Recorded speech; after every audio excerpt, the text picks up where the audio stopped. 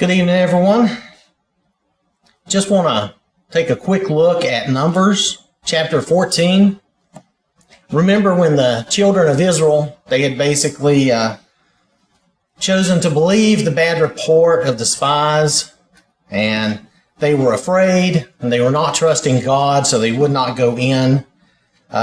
They complained, they wanted to get rid of Moses, and they even went so far as wanting to stone Caleb and Joshua. Well, Moses ended up, asking God to forgive them and not wipe them out.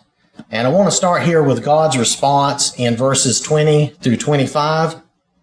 Then the Lord said, I have pardoned according to your word, but truly, as I live, all the earth shall be filled with the glory of the Lord.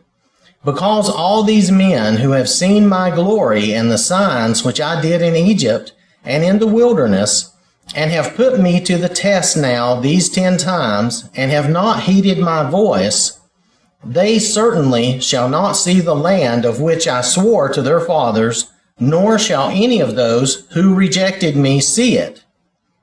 But my servant Caleb, because he has a different spirit in him, and has followed me fully, I will bring into the land where he went, and his descendants shall inherit it.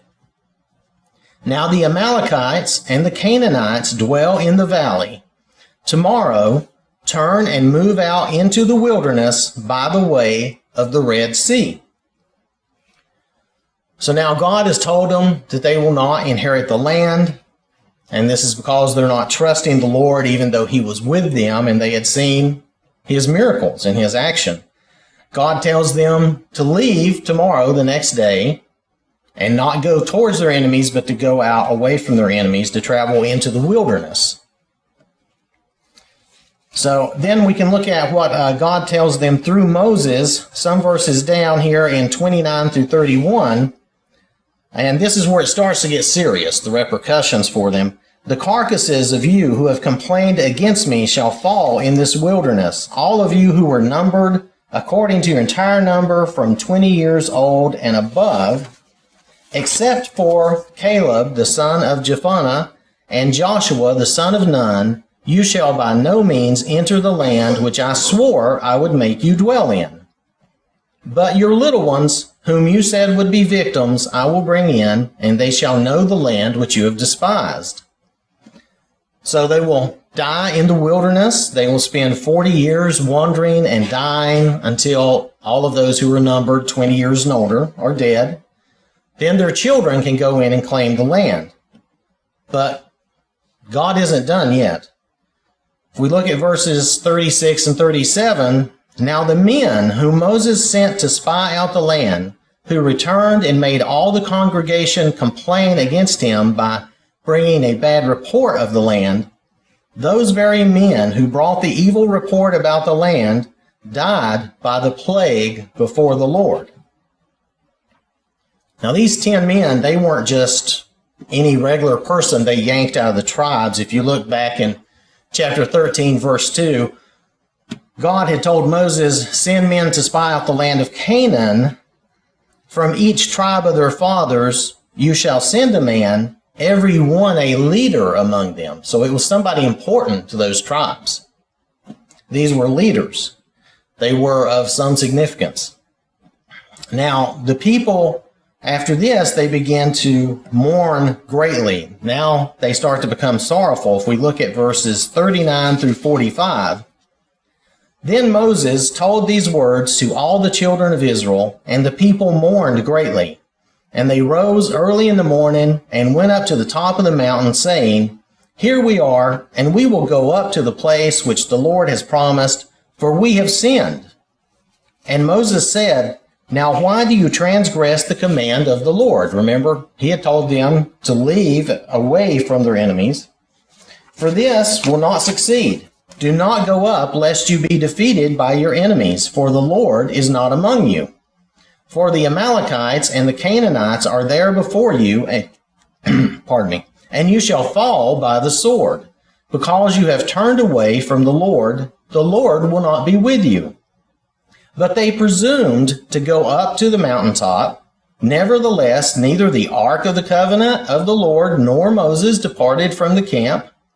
Then the Amalekites and the Canaanites who dwelt in that mountain came down and attacked them and drove them back as far as Hormah. Here again, they do not listen to God and they do not listen to Moses. And I bring all this up because these are all missed opportunities. They could have chosen to believe the good report that they got from Joshua and Caleb. They had the opportunity to trust God and not trust men. Instead, they were ready to dump Moses and God because they were afraid. And they had an opportunity that even if they were still going to disagree, they could have peacefully disagreed. But they were going to kill Caleb and Joshua instead. If God had not intervened, they most likely would have. Later, they had the opportunity to repent and change. But though they were sorrowful, they did not change. Again, they acted against what God had told them and what Moses told them, and then they were defeated by their enemies. Our opportunities in this lifetime are not infinite. We're only going to get so many opportunities. Some decisions, once they're made, they can't be undone. And sometimes, even if you're forgiven, the effects of certain actions and decisions will still remain. We don't want to pass up our opportunities with God. We want to make sure that we take advantage of our opportunities. We don't know how many we will get. Will there be another opportunity? Will there be another chance? We don't know. And I bring that up because here and now, this is a time, an opportunity. If anyone were to have any need for anything, prayers or assistance, this is a time that we've set aside for this. It is an opportunity. So I would just ask if you have any need or anything that you would please come forward, or you can even speak to us privately later if you do have any need or anything while we stand and sing.